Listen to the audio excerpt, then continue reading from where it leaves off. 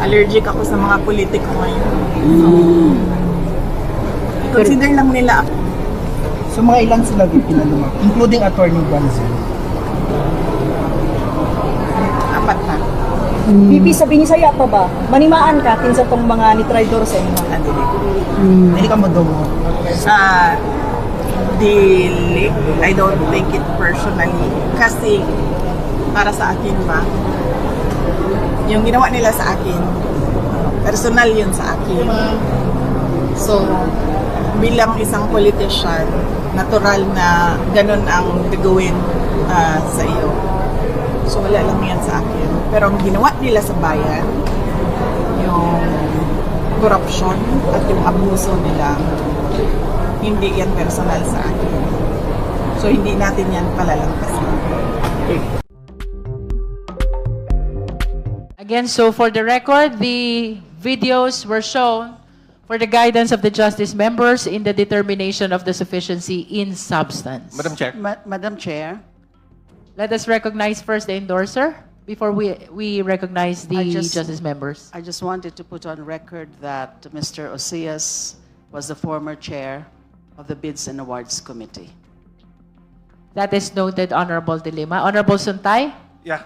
I just also want to put on record that, in fact, the video actually supports my earlier statement. That, kagaya yung binigay kay the first one, Mercado. She allegedly received an envelope, not from the Vice President, but from someone, but she was not asked to do anything. While she was a member of the BAC, in fact, sinabi niya sa statement niya, there was a bidding, magfe-fail yung bidding, and it did not push through. So, ibig sabihin, it was not to influence her because the bidding did not push through dahil magfe-fail bidding nga eh. Secondly, Catalan said she was the chief accountant. Ang testimony niya was, yes, she got an envelope, she was a chief accountant, but she did not say that she was made to doctor any books. Now, Osias, yung statement niya, he was not even a member of the BAC at the time. Yun yung statement niya eh. If we could play it again. Then it must mean that if there was indeed money being given, envelopes being given, it was given randomly to people, not in exchange for anything. Because the video was very clear. Thank you, Madam Chair. The Honorable Chua. Thank you, Madam Chair. Madam Chair, if I remember it correctly, during the question and answer portion between this humble representation and Mercado, I even asked Yusek Mercado, saan po binibigay yung envelope? Yung po ay binibigay po sa mismong opisina ng secretary. Madam Chair, wala Na, na sa video yan. I'm not yet finished. Let me finish first. Now, having said that, Madam Chair, ito naman po ay determination lamang tayo ng recital ng facts of the offense charge. Yung pong defense na sinasabi po ni Honorable Bong Sontay, pwede po yung ilabas pagdating po sa mismong hearing proper sa Senado. But in the meantime, we are at the point of determining the substance. Now, Madam Chair, insofar as the manifestation of Honorable Suntay a while ago, that this video are not included in the complaint. However, under our rules, Section 6, Rule 3, it provides that once we determine that there is sufficient in form and substance, we will request the respondent to submit their answer.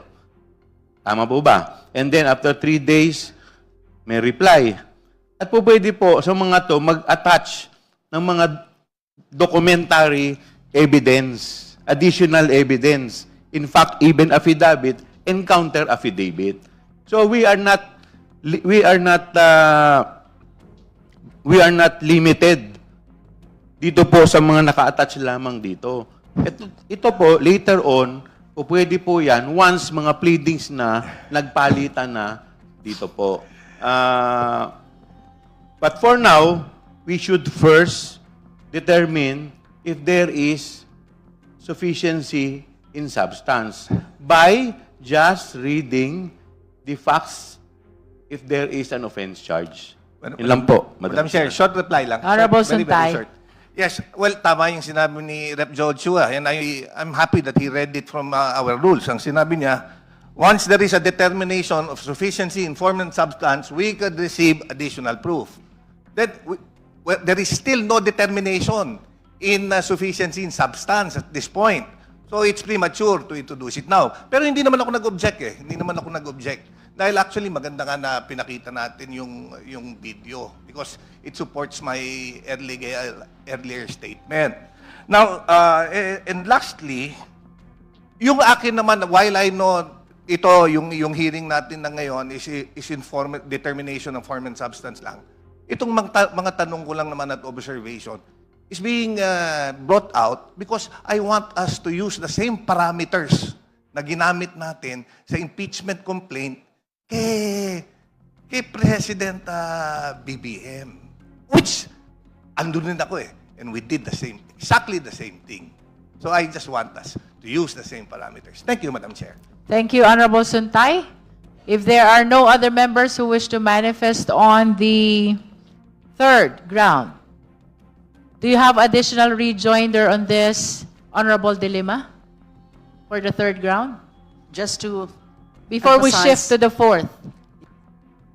Just to emphasize the point that it's a matter, again, of defense.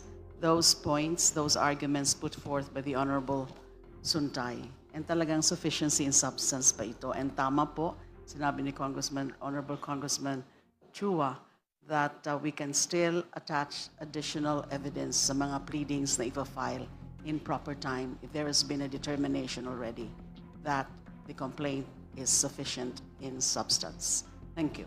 We know the manifestation of the honorable endorser. That concludes our deliberation on the third ground. Now we are proceeding to the fourth ground. Please allow the chair to read. Vice President Duterte committed culpable violation of the Constitution, betrayed the public trust, and committed high crimes in contracting to murder or assassinate the President, the First Lady, and the former Speaker of the House. At this juncture, we shall hear the manifestation of the Honorable Endorser. Honorable De Lima. Thank you, Madam Chair. So this is about the threats of assassination hurled by the Vice President, the second highest official of the land, directed at the President himself, the First Lady, and the House Speaker.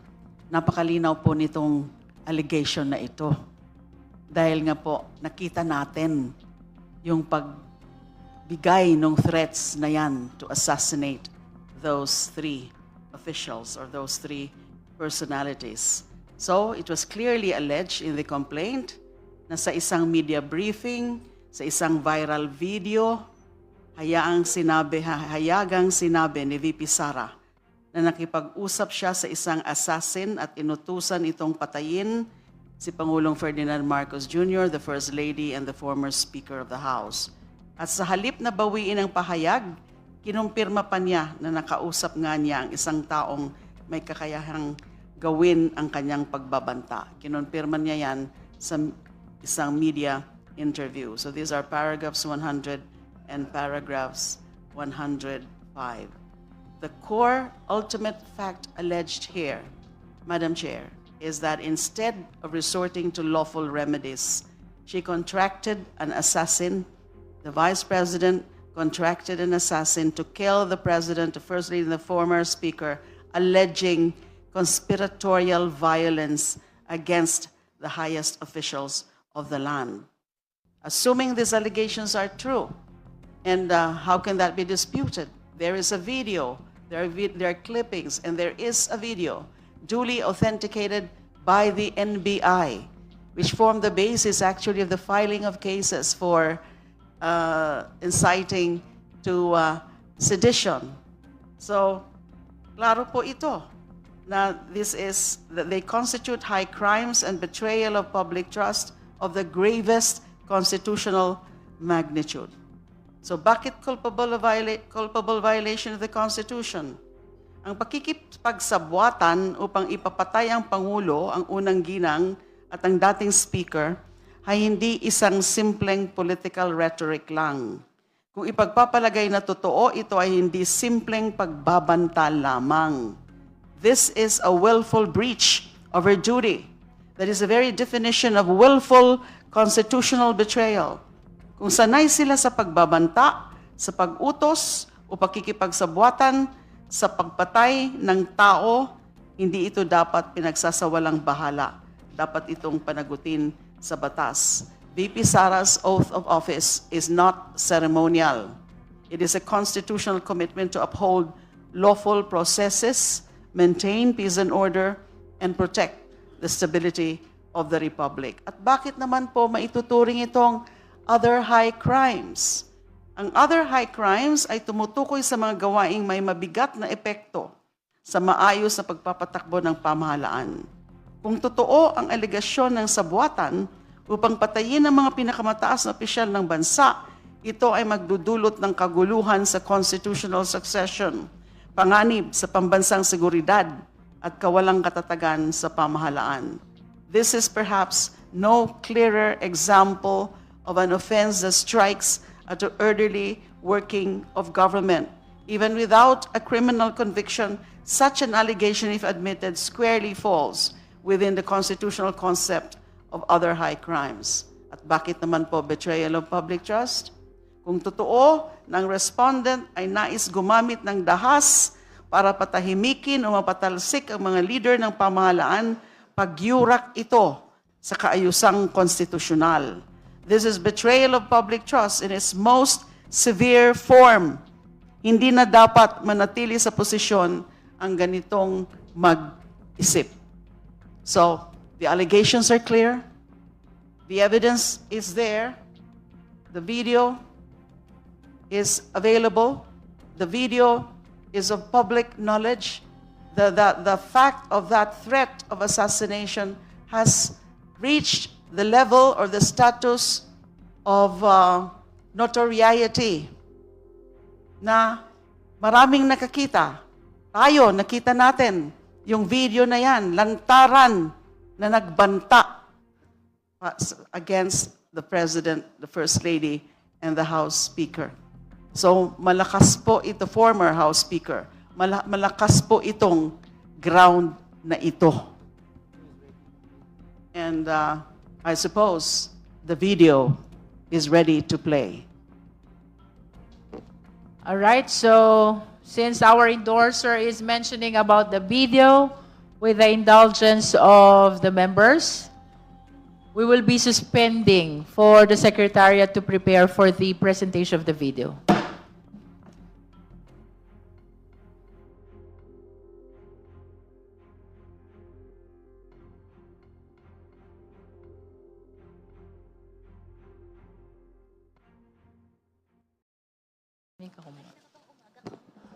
The meeting is resumed. The Secretariat is directed to play the video. Sa security ko, kasi may kinausap na ako na tao. Sinabi ko sa kanya, kapag pinatay ako, patayin mo si BBM, si Lisa Caraneta, at si Martin Romualdez. No joke. No joke. Nagdilin na ako, ma'am. Pag namatay ako, sabi ko, huwag ka tumigil hanggang hindi mo mapatay sila. And then he said yes. Huwag ka mag-alala, ma'am, sa security ko. Kasi may kinausap na ako na tao. Sinabi ko sa kanya, So may we request the Honorable Endorser to confirm if that is the same video that she is referring to. Yes, Madam Chair. All right, so that is for the record. We showed the video for the guidance of the justice members in the determination of sufficiency in substance. Are the members who wish to comment or manifest with respect to the fourth ground of impeachment or in relation to the video just presented? Madam Chair. The Honorable Zamora.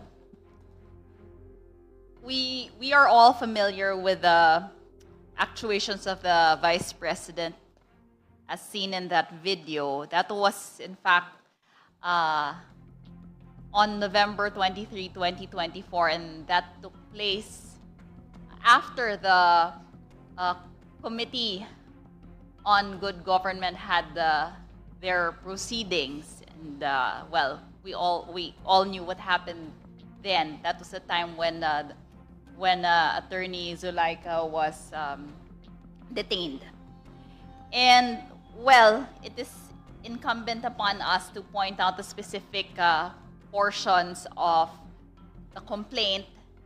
The Honorable Laila de Lima already mentioned, but it is clear here under paragraph 100 that the Vice President committed overt acts constituting impeachable offenses.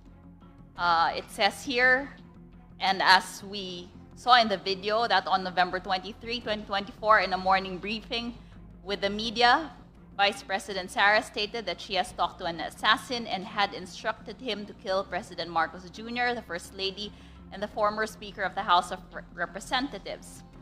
To continue, in paragraph 105, it states here, instead of retracting what she said, Vice President Sara admittedly owned her previous statement. On November 26, 2024, she publicly confirmed that she had indeed talked to a person who could assassinate the President, the First Lady, and the former House of Representatives Speaker. A reporter said, "So, but you already talked to a person?" Vice President Sara said, "Yes. To do that in the event that you are killed?" And Vice President Sara said, "Yes, yes, yes." It is my position that the threats were conditional, is inconsequential, and that the mere act of engaging an assassin, as stated in the complaint, is opposed to her oath, and that the mere act of uttering these statements is already impeachable because at the very least, it amounts to a betrayal of public trust, aside from all of the offenses charged in the impeachment complaint. Thank you, Madam Chair. Thank you, Honorable Zamora. Madam Chair. Honorable Suntay. Madam Chair, the complaint alleges that the respondent declared that she had arranged for a person to kill the President, the First Lady, and the Speaker if she herself were killed. The complaint alleges a public statement, but it does not allege the existence of an actual agreement to kill. There is not even an overt act in furtherance of such agreement. Any act constituting conspiracy or any act constituting conspiracy or attempted murder. Kasi yung alleged gunman, hindi man lang natin na-present. Now, let's go to the doctrine of free speech. Which guarantees free speech and free press do not permit a state to forbid or prescribe the advocacy of the use of force or of law violation except where such advocacy is directed to inciting or producing imminent lawless action and is likely to incite or produce such action. Advocacy of violence or law-breaking is protected unless it is directed at inciting or producing imminent lawless action and is likely to produce such action. That was stated in Salonga versus Cruz Paño, 134 SCRA 438. Now, kung makikita rin natin dun sa statement ni, dun sa video, and I'm glad that it was flashed on screen, which, kasi, in fact, dapat nga hindi, because it would be premature. As I mentioned, the video is not part of the complaint, but okay lang na ipakita natin dyan because it brings back yung ano natin, yung pag-aalala sa mga yan. The VP said that she hired someone to kill. If she herself was killed, lo and behold, they are both alive. So, ibig sabihin, walang overt action which was done. You know, sometimes when I go home late, my wife always threatens to kill me. Sabi sa akin ng asawa ko, papatayin kita na eh. Umaga ka na naman umuwi. And you know, my wife is the queen of our home, ha? And she is highly respected by everyone in our household. But you know, I am still alive. And my wife only kills me with love. Common sense dictates that if you are really serious in killing someone, you do not announce it to the whole world. Why would you announce that you will kill someone if you really intend to kill someone? Common sense dictates otherwise. Thank you, Madam Chair. Madam Chair. Thank you. Honorable Madam Chair. Abante. With due respect to Congressman Suntay, I do not know if he is lawyering with for the Vice President, because I would even think that he is right now defending her. Pero ito you have seen the video. Whether it be that he is joking, that's between her, diba? Thing is this, that amounts to a credible threat against the President, the First Lady, and the Speaker. That is not political noise, just like what he's saying about his wife. What he's saying about his wife is only political noise. No, but my wife But is not that a is not politician. political noise, Madam Chair. That is a red flag for national stability and constitutional order. Why? The Vice President is not a private citizen. The wife of Congressman Suntay is a private citizen, but not the Vice President. The office of the Vice President carries access, influence, and security resources. That is why the standard for public trust is higher, not lower, Madam Chair. Thank you very much. Madam Chair. The Honorable Adjong. Thank you, Madam Chair. And then Honorable Degamo. Very, very short manifestation regarding the video. The whole nation was aware of this video, actually, Madam Chair.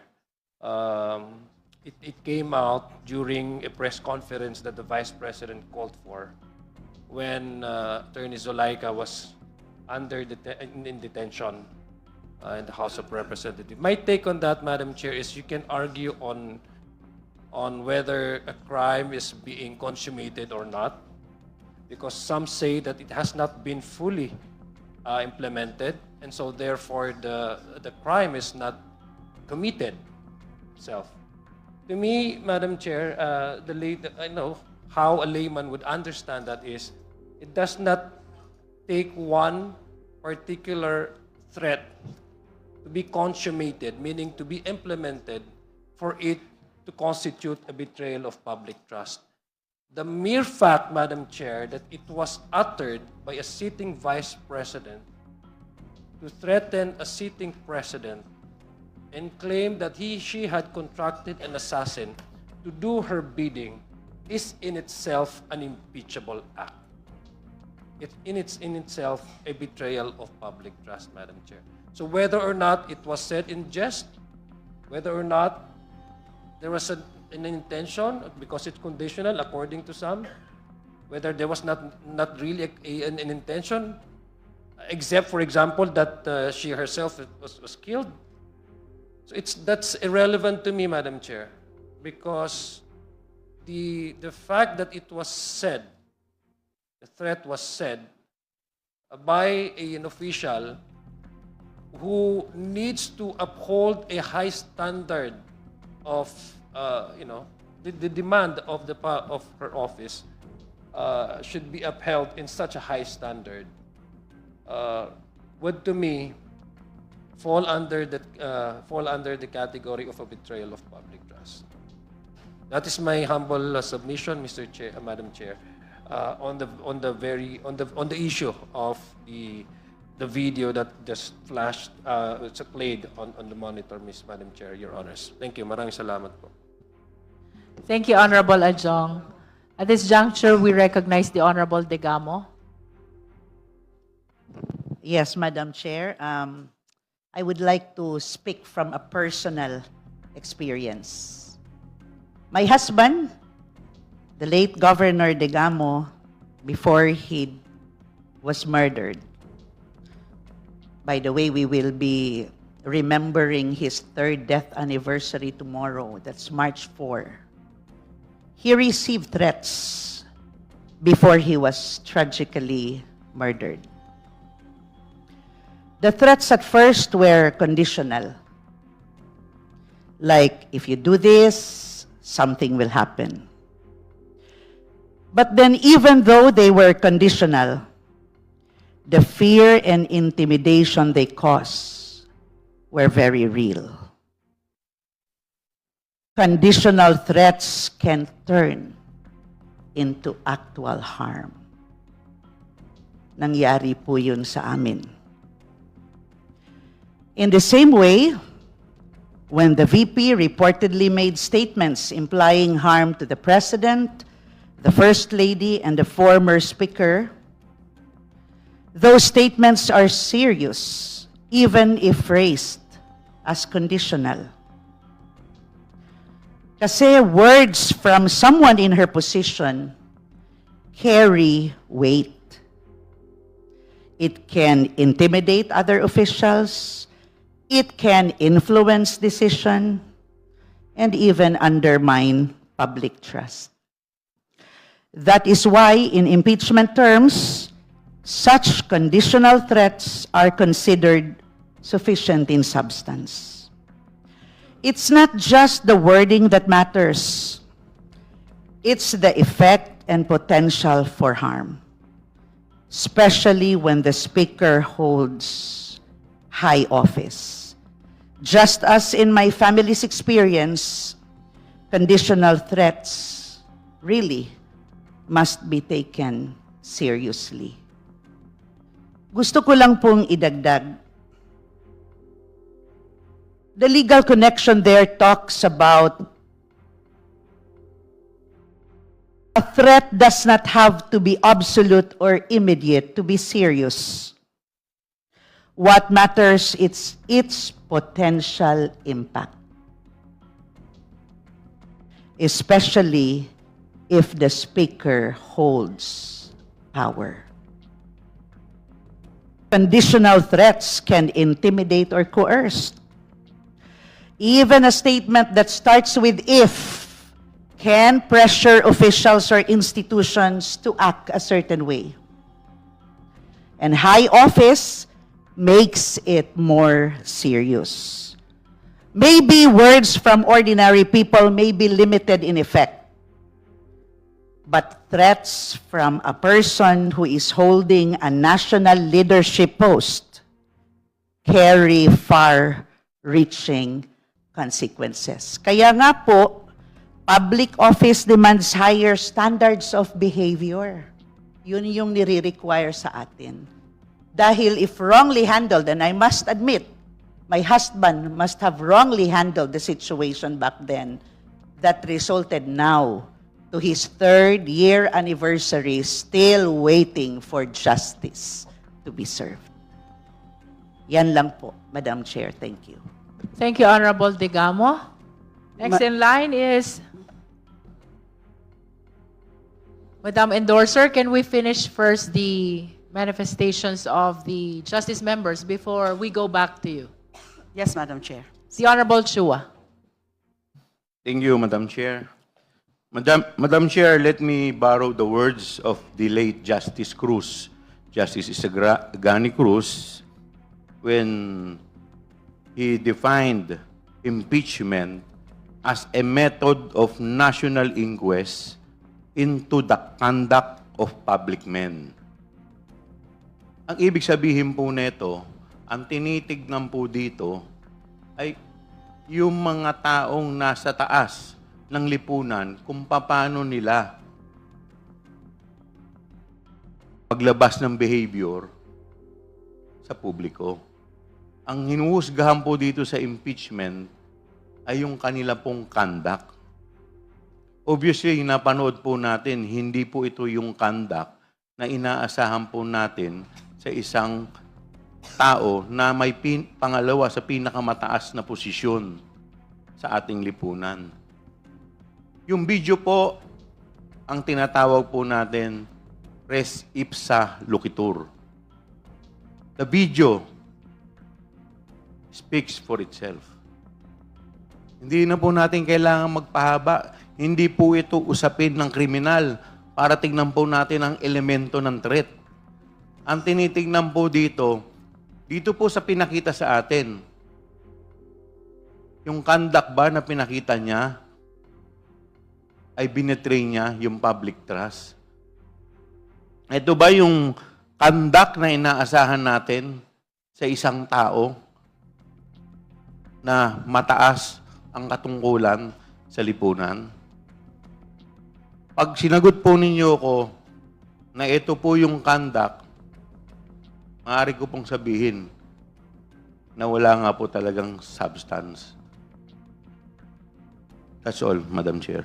Let us be reminded that in various discussions of impeachment process, we try to determine the fitness of the public official to hold public office. That is for the record. Any other member who wish to manifest? You would like to add, Honorable Digamo. Yes, Madam Chair. And if I may add, etong grounds po na ito, we are not just dealing here with the VP. No?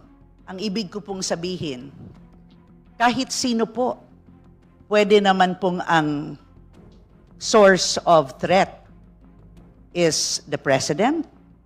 Source of threat could be the Speaker, directed to the VP, the President, directed to the VP.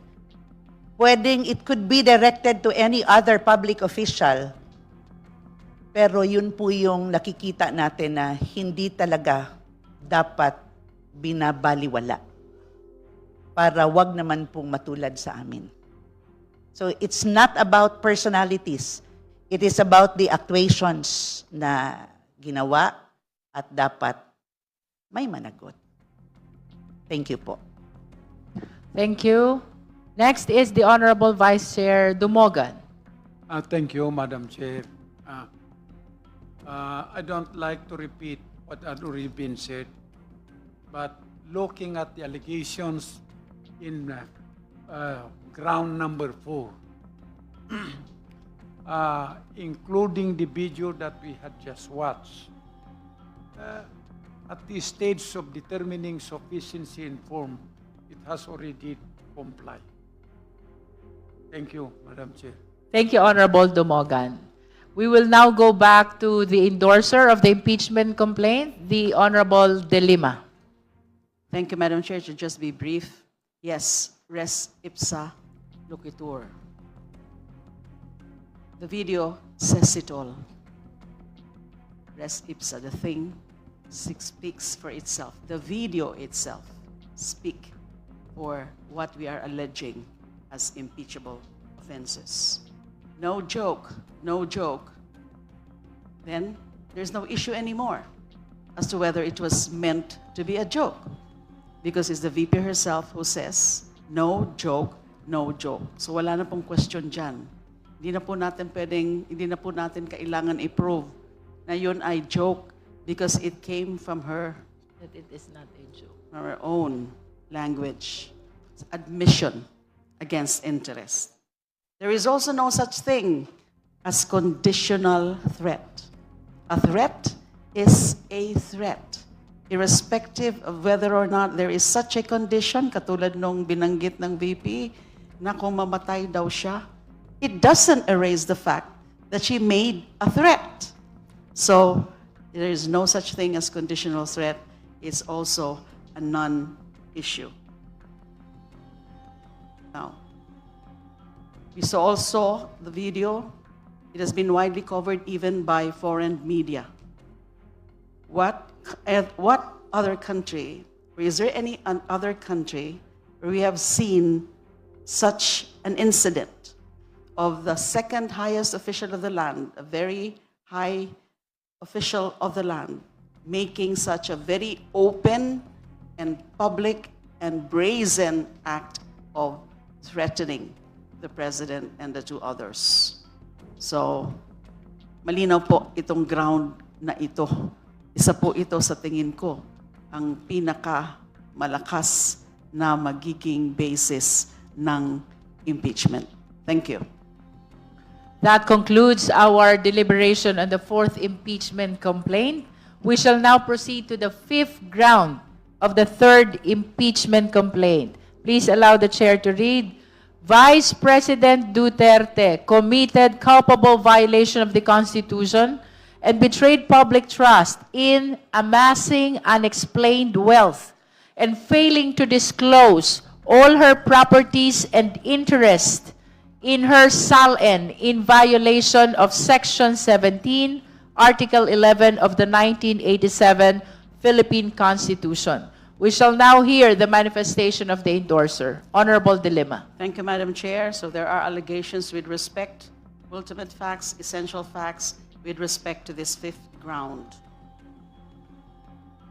Unexplained wealth and failure to disclose all her properties and interests in properties in her SALN. That is under paragraphs 107 to 109. When she served as Vice Mayor and Mayor of Davao City, with an estimated annual salary of approximately $2 million. Her declared net worth increased from $13,877,469 in 2007 to $44,828,759 in 2017, paragraph 108. It is further alleged that between 2006 and 2015, she had at least $111 million deposited in various banks in Davao City and Metro Manila, with reports suggesting even higher amounts. So the complaint pleads Section 2 of Republic Act 1379, establishing that property manifestly out of proportion to lawful income is presumed prima facie and lawfully acquired. Under paragraph 286, the complaint cites the case of heirs of Ligot versus Republic, pleading the elements required for the presumption to apply, that though the properly manifesting out of proportion a property or assets that are manifestly out of proportion to lawful income is presumed prima facie and lawfully acquired. The complaint pleads that all elements are present. If admitted as true, these facts implicate SALN obligations under Section 17, Article 11 of the Constitution and constitute betrayal of public trust. In relation to this ground, we will be asking in proper time during the evidentiary hearings or even before the evidentiary hearings via subpoena for the production of the SALNs of the VP all through the years from her incumbency as Vice Mayor, Mayor, and VP. Also, the bank accounts. The bank accounts are expected to show that over 2 billion pesos were transacted across joint accounts during her incumbency. Joint accounts with the father, with her husband, and the joint account of the Duterte family. Culpable violation of the Constitution. Kapag ipagpapalagay ang totoo ang mga alegasyong ito, ang mga ari-arian na hindi tugma at malayo sa legal na kita ng opisyal ay maituturing ng may presumption and of lawful acquisition. At kung ang mga ari-ariang ito ay hindi dineklara sa SALN, ito ay direktang paglabag sa Section 17, Article 11 ng Constitution. Ang SALN ay isang sinumpaang deklarasyon. On betrayal of public trust, ang SALN ang pangunahing instrumento kung saan sinusukat ang katapatan at pananagutan ng isang opisyal. An unexplained wealth, particularly when coupled with alleged non-disclosure in a sworn constitutional document, the SALN strikes directly at the integrity expected of high public office. It erodes confidence in the official's honesty. That is precisely the kind of conduct contemplated under betrayal of public trust. Thank you, Madam Chair. Thank you. The Honorable Flores. Madam Chair, may I know from the endorser if would these allegations not be in contravention with the Supreme Court resolution or decision in the case of Sara Duterte versus House of Representatives when it said that we should only be including allegations for impeachment for actions done while she is holding an impeachable office. From the statements kasi that were given, the SAL-Ns she was referring to was in 2007 to 2017, way before the Vice President, she became Vice President. No? Secondly po, na-mention din po ng endorser nung bank deposits, but these were just allegations, no? Walang sinabi na may proof na may bank deposits of this and that, no? Ang worry ko po dito is this might be compared with the previous how we handled the previous complaint against the President Bongbong Marcos that we dismissed it because it did not sufficiently have any substance because it was also purely speculations and allegations. May we hear from the endorser on this matter, Madam Chair? Honorable De Lima. Thank you, Madam Chair. Yes, it is true that in the Duterte versus House of Representatives case, the Supreme Court stated that the offenses to be impeachable must be committed during the incumbency of the impeachable official. We submit, however, that this does not mean that we cannot include acts that were committed prior to the incumbency of the official, here the Vice President. We can do that so long as we prove that, A, they are relevant to the charge that she also accumulated ill-gotten after she was elected as Vice President, based on Rule 128 of the Rules of Court, Sections 3 and 4. Evidence is admissible when it is relevant to the issue, as is not excluded by law or these rules. They are offered to prove. They will be offered to prove a system, scheme, habit, custom, or usage, and the like, based on Rule 128 of the Rules of Court, Section 35. Evidence, it says, Section 35, similar acts as evidence. Evidence that one did or did not do a certain thing at a time is not admissible to prove that he or she did not or did not do the same or similar thing at another time. But it may be received to prove a specific intent or knowledge, identity, plan, system, scheme, habit, custom, or usage, and the like. And this is what we will prove during the evidentiary stage. That the Vice President accumulated even more ill-gotten wealth after she was elected as Vice President, and that accumulating ill-gotten wealth is part of her system, scheme, habit, or custom as a public official. Also, presentation of the SAL-Ns while she was still a mayor and vice mayor are relevant to show the contrast between her income and assets before and after she became Vice President. And again, we're talking here about fitness of the respondent to continue holding office as a public official. So hindi po yan, yes, there is that Supreme Court ruling, pero hindi po ibig sabihin na hindi na natin pwedeng i-consider. As I mentioned earlier po, we intend to apply for subpoena for the production of these SAL-Ns from her incumbency as mayor and vice mayor and all through the her incumbency as vice president. Mga bank accounts din, ganun din po. We will ask for subpoena also from AMLAC, from the Office of the Ombudsman. And then para ho ma-prove, makita na yung pag-accumulate ng ill-gotten wealth which is grossly disproportionate to her lawful income ay nandyan, kasama yan sa kanyang pattern, kasama yan sa kanyang style or character as a public official. Again, we're talking here about fitness to remain in office as Vice President related to previous acts as well as something or things that are continuing. Makikita po natin yan dun sa mga ipapasabina ng mga dokumento as well as supported by testimonial evidence. Dati na rin po nag-testify noon former Senator Sonny Trillanes about the flow of these transactions. And again, those are part of the records of the Quadcom committee hearings that can be taken judicial notice that can be taken cognizance of as part of the House's records.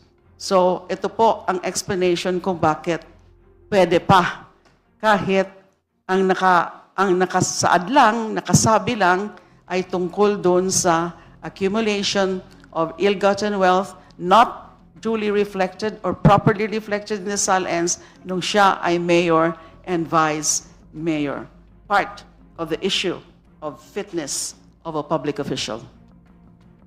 Madam Chair. Honorable De Lima, are you finished with your Yes, ma'am. Yes, Madam Chair. manifestation? The Honorable Flores. Madam Chair, siguro for us to show na may connection po, shouldn't there be like allegations also that the SALN that she submitted while she was Vice President can be linked to the siguro non-disclosures in the SALNs when she was Vice Mayor? Kasi you're saying that we should show pattern, scheme, or ano, res inter rels acta ba yun na rule or something, na para may pakita natin na may pattern. Pero for me po, for us to avoid being siguro masabit tayo sa contravening the decisions of the Supreme Court, dapat clearly po natin mapakita na may connection yung alleged actions niya when she was Vice Mayor to actions as Vice President po. Second, again, we keep mentioning po the intention to apply for subpoenas, to check the bank records. So are we saying po na wala pa tayong ebidensya on these aspects? Kasi you mentioned you intend to apply pa lang po for these things. Mga nabanggit na Honorable po De Lima. yan sa Nabanggit mga na. dating mga hearings By- sa by- Quadcom by the Quadcom. former Senator Antonio Trillanes. At he would be willing to execute an affidavit in that regard and also to testify before this committee. At meron din po tayong mga ipapaproduce sa AMLAC, sa Ombudsman, and sa bangko, yung mga sa bank accounts, the bank transactions of the Vice President, beginning when she was still Mayor, Vice Mayor, and all the way through her current incumbency as Vice President. For the purpose of this fifth ground, Honorable De Lima, can you please share to the committee what so far are your evidence or attachments to the impeachment complaint? For the purpose of the fifth ground. There are no attachments so far to this complaint because as I mentioned, the complainants will intend to prove this through those documents that will be the subject of the subpoena that we will request in due time. Earlier, you made mention about former Senator Sonny Trillanes. And was this part or is this part of your allegation of facts in your impeachment complaint? Yes, I believe so. So there's a specific reference in the impeachment complaint with regards to the testimony of former Senator Sonny Trillanes during the hearing of the Good Government Committee. We'll check, Madam Chair, but that is my Yes, recollection. please. Yes, please. Thank you. Madam Chair. Honorable Rodriguez. Yeah, Madam Chair. 107. The ground 4 is on page 95 of the complaint. And We are on the fifth ground. fifth ground is page 95 that the Vice President committed culpable violation of the Constitution, betrayed the public trust in amassing unexplained wealth and failing to disclose all their properties. Madam Chair, from paragraph 285 to 290 are conclusions of law citing the law itself when explained wealth and also decisions of the Supreme Court. So let's go back to the statement of facts. The statement of facts, Madam Chair, 109. is found on page 46. So this is entitled E, Facts in Relation to Vice President Sarah's unexplained wealth and failure to disclose all her properties and interests in properties in her SALN. We must remember that the Constitution says impeachment of the Vice President. And the Supreme Court ruled in Duterte versus House that those acts complained of for impeachment purposes should be acts committed at the time that he's holding that impeachable office. So therefore, paragraph 107, VP Sara served as Vice Mayor of Davao City between 2007 2010, then served as Mayor 2010 to 2022.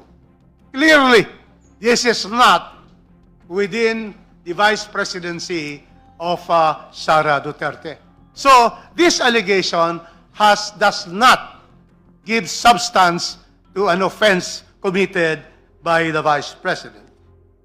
108 is a listing of SALNs, which are from 2007, 2017. The Vice President started to discharge her functions as Vice President in 2022.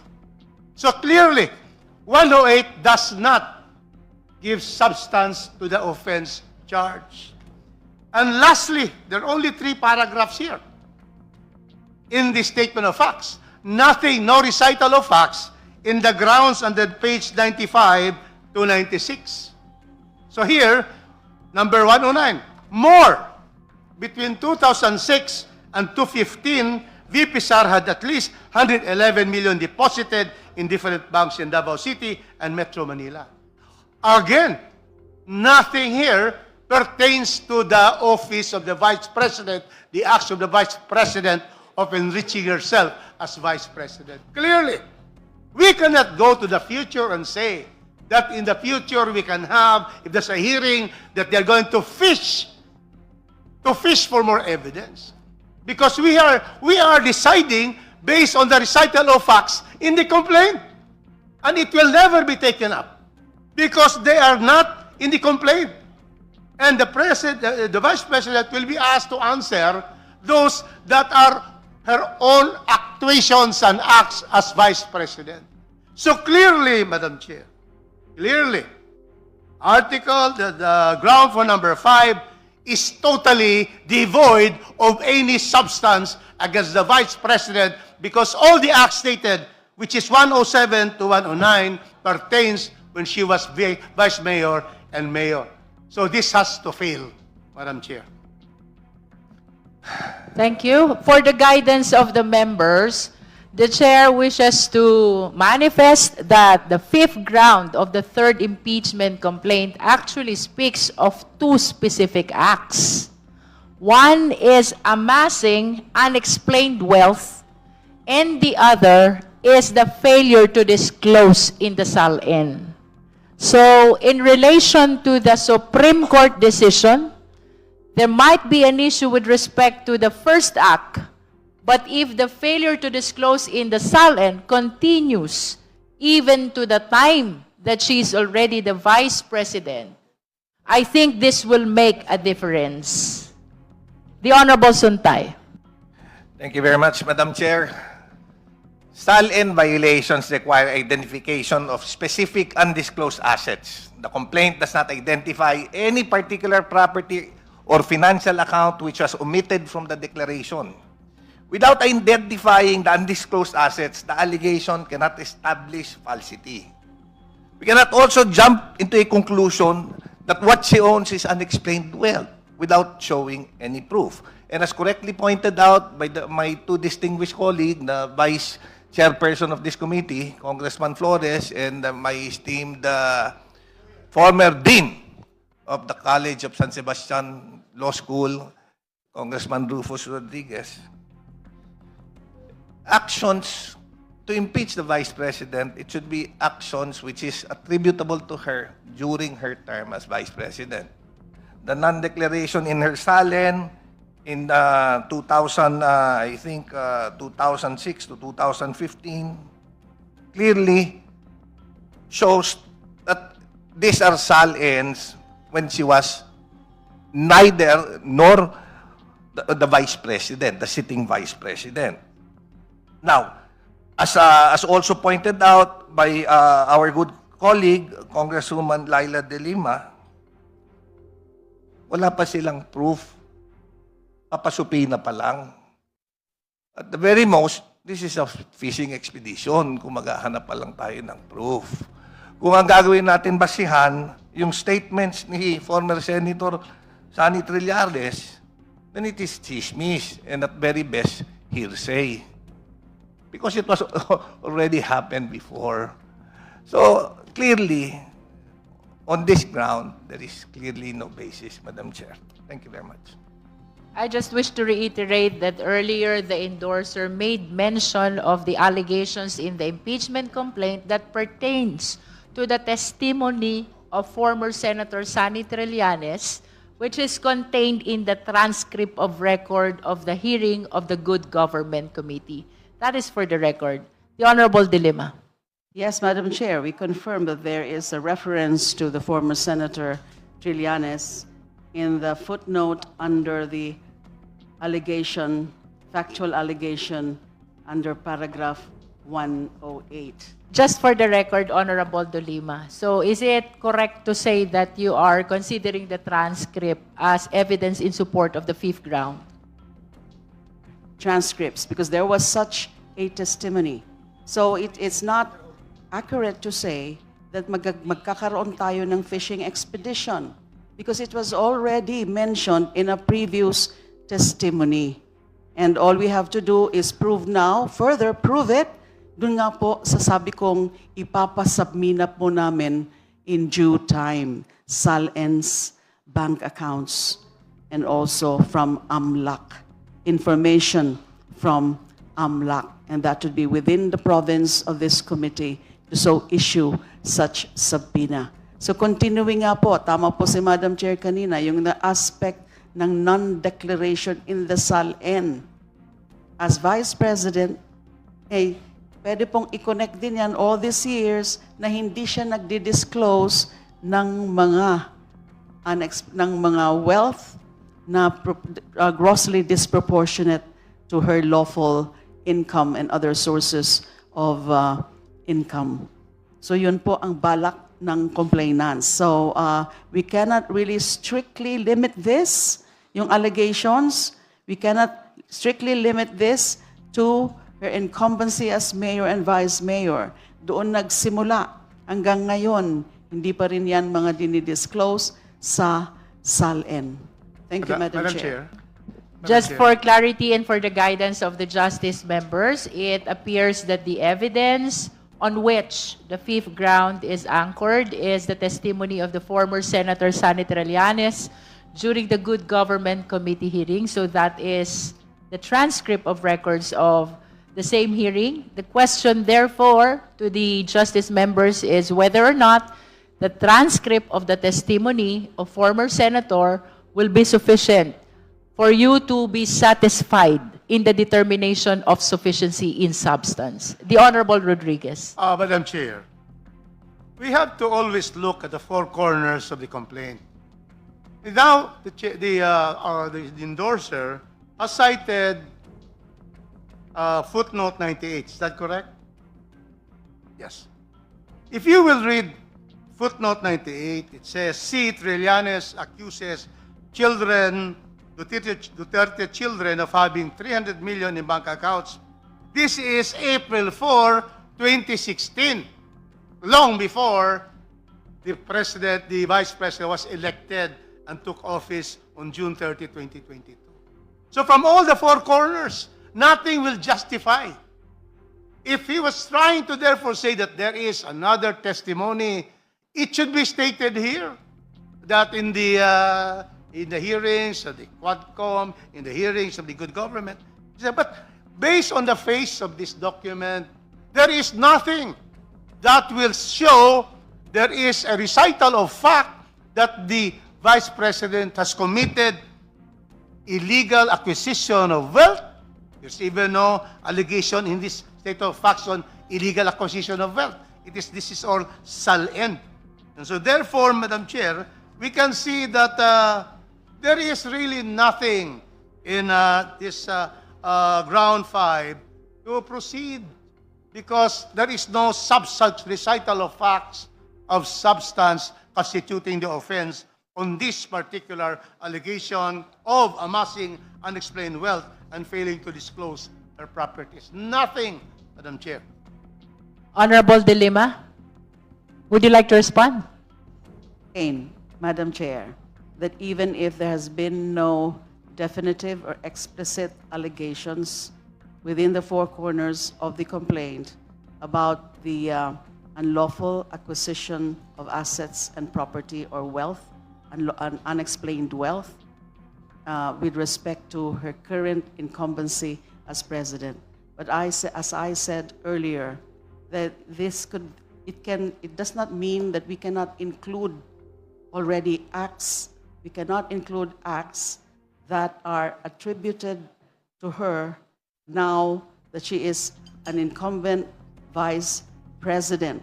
And that it proves that yung pattern na yan na pag-acquire ng unexplained wealth at saka yung pagdi-disclose sa SALN is continues, or it continues when she was or she is the vice president. And that is precisely what is going to be established doon po sa mga documents na mga hihingin namin via subpoena. It establishes the pattern, yung accumulate niya ng ill-gotten wealth or unexplained wealth, and it hinges precisely on the issue of her fitness to continue public office.